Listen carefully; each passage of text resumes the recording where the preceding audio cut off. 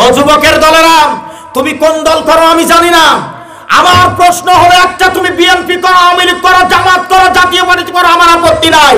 তোমার নেতা যদি ইসলামের বিরুদ্ধে চলে যায়, তোমার নেতা যদি রাসূলুল্লাহর বিরুদ্ধে চলে যায়, তোমার নেতা যদি আল্লাহর বিরুদ্ধে চলে যায়, ওই নেতার কপালে লাঠি দিয়ে 50 হবে। কথা বলো ঠিক কিনা?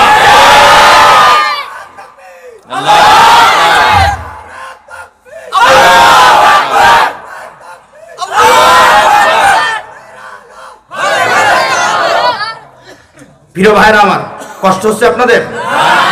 রাগ হচ্ছে আপনাদের? চলবে তো ইনশাআল্লাহ? জোরে বলেন আল্লাহু আকবার, আরো জোরে বলেন আল্লাহু আকবার। প্রিয় মুসলমানের দলেরা, তথ্যগুলি একবারের জন্য নেন। কেন এই কথা বলছি? আপনি কপাল লাথি মারবেন, বেঁচে থাকার অধিকার আল্লাহ তাআলা দেয় নাই। নবী করিম সাল্লাল্লাহু আলাইহি ওয়াসাল্লামের জীবন দশার একটা দারুণ তথ্য দেন। মানলি বিন কাব ইবনে আশরাফিন ফাইন মানলি বিন কাব ইবনে আশরাফিন ফাইন্নাহু ক্বাদ আদাল্লাহু ওয়া রাসূলুহু। আল্লাহর নবী জনাবে মুহাম্মদ রাসূলুল্লাহ সাল্লাল্লাহু আলাইহি ওয়াসাল্লাম সাহাবীদের উপস্থিতি বললেন, সাহাবীরা শোনো, কাব ইবনে আশরাফ তোমার নবীকে গালি দিয়েছেন, আল্লাহকে গালি দিয়েছেন, ইসলামকে গালি দিয়েছেন। নবীজির সাহাবীদের ভিতর থেকে একজন ছোট্ট সাহাবী, নাম ছিল মুহাম্মদ ইবনে আসলামা। তিনি এক লাফে দাঁড়িয়ে বললেন, ইয়া রাসূলুল্লাহ, যে আপনাকে গালি দিয়েছে, আল্লাহকে গালি দিয়েছে, ইসলামকে গালি দিয়েছে, আল্লাহর রাসূলকে গালি দিয়েছে, জানোয়ারকে যতক্ষণ পর্যন্ত হত্যা করতে পারবো না, ততক্ষণ আমি আপনার কাছে ফিরে আসবো না। আল্লাহু আকবার, মুসলমান। আর দেরি হয় নাই, তিনি বের হয়ে গেলেন। এই কাব বিন আশরাফ যে কেল্লার ভিতরে থাকতেন, যে ইমারতের ভিতরে থাকতেন, তার জানালা দরজা সব ছিল লোহার। দীর্ঘদিন অপেক্ষা করে করে যখন বের হলোই না, সে জানেন আমি যে বক্তব্য দিয়েছি, নবীর সাহাবীরা আমাকে দুনিয়া আর রাখবে না। এই ভয়ে সমস্ত জানালা দরজা বন্ধ করে বসেছিল। দীর্ঘদিন যাবার পরে মুহাম্মদ ইবনে আসলামা নিজের গৃহে ফিরে গিয়ে জানালা দরজা বন্ধ করে খানা পিনা সব বন্ধ করে দিলেন। সাহাবীরা গেলেন তাকে ওখান থেকে ফেরাবার জন্য, তিনি সাড়া দিলেন না। রাসূলুল্লাহর কাছে সাহাবীরা বললেন, ইয়া রাসূলুল্লাহ, আপনার সাহাবী, তাকে তো আর ফেরানো যায় না। রাসূলুল্লাহ বললেন, আমার কাছে ডাকো। তিনি আসলেন, মাথা নিচু করে আছেন। আল্লাহর নবী ডাক দিয়ে বললেন, মুহাম্মদ ইবনে আসলামা, শোনো, তোমার অন্তরের জজবাটাকে আল্লাহ কদর করেছেন। তোমার অন্তরের জজবাটাকে আল্লাহ কদর করেছেন।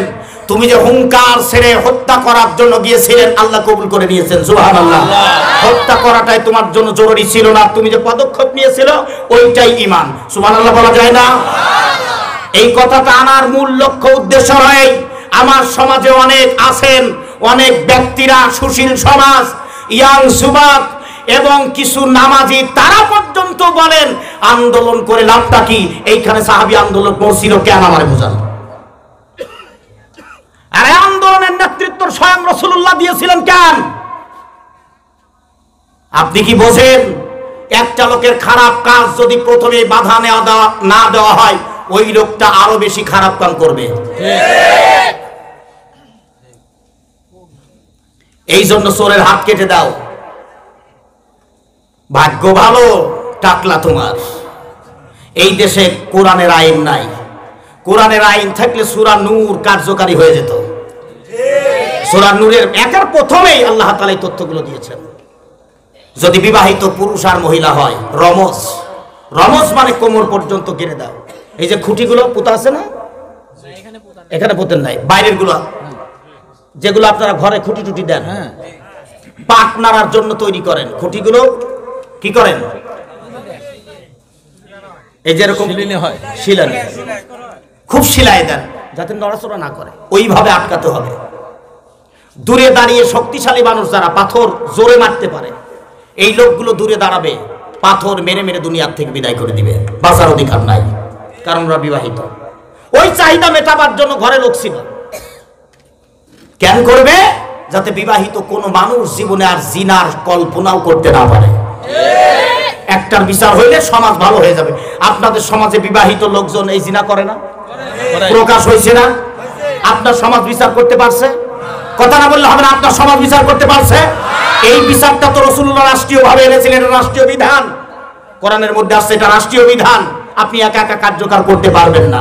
আপনি এখন একটা জিনাকারী পুরুষ অথবা মহিলা বিবাহিত, তারে যদি আপনি রমজ করেন, আপনি বাঁচতে পারবেন?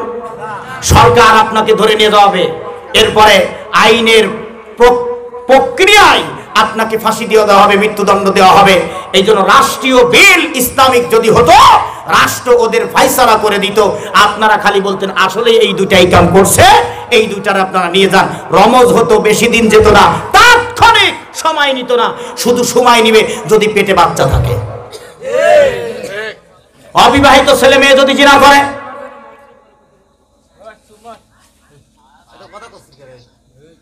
অবিবাহিত ছেলে মেয়ে যদি জিনা করে বেত্রাঘাত হবে। হ্যাঁ, আমাদের সমাজে 100 বার বেতের বাড়ি দিত, শলা,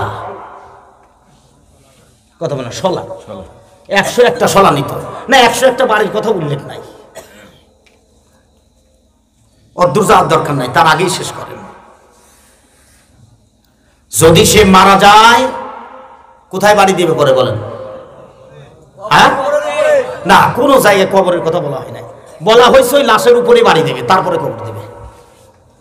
সব উল্টা করে কারা এগুলা? আমি এই জন্য বলি, গবেষণা করো কোরআন হাদিস, তারপরে প্রচার করো, আগেই নয়। যদি বেত্রাঘাত করার পরে বেঁচে যায়, আর মারতে পারবা না। নির্ধারিত বেত্রাঘাত করার পরে যদি বেঁচেই যায়, আর মারতে পারবা না। আলহামদুলিল্লাহ বলবেন না? এখন দেখেন আল্লাহর বিধানটা কি। ওকে এখন চিকিৎসা দাও, রাষ্ট্র এখন ওকে চিকিৎসা দিবে, রাষ্ট্রীয় খরচে, রাষ্ট্রীয় ব্যবস্থাপনায় ভালো হাসপাতালে ঢোকাও, কারণ ওর অন্যায়ের শাস্তিও পেয়েছে। বেদটা হবে কেমন?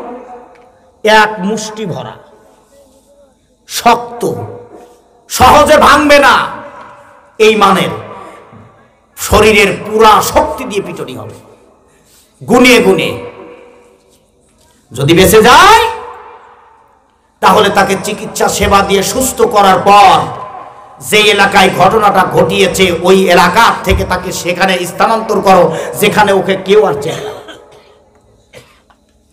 যাতে সমাজে ওর ইজ্জত নিয়ে বাঁচতে পারে। এই হলেন আমার আল্লাহ, যার গুনাহ আমি এখন ক্ষমা করছি, ওরে সম্মানের সাথে দুনিয়ায় আবার রাখো।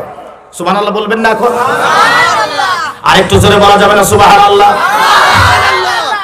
আপনি বলেন তো দেখি, মায়ের ব্যথা বেশি না খালার ব্যথা বেশি? বাবার ব্যথা বেশি নাকি খালুর ব্যথা বেশি? কথা না বললে হবে না, জোরে বলেন কার ব্যথা বেশি? মুসলমানের দলেরা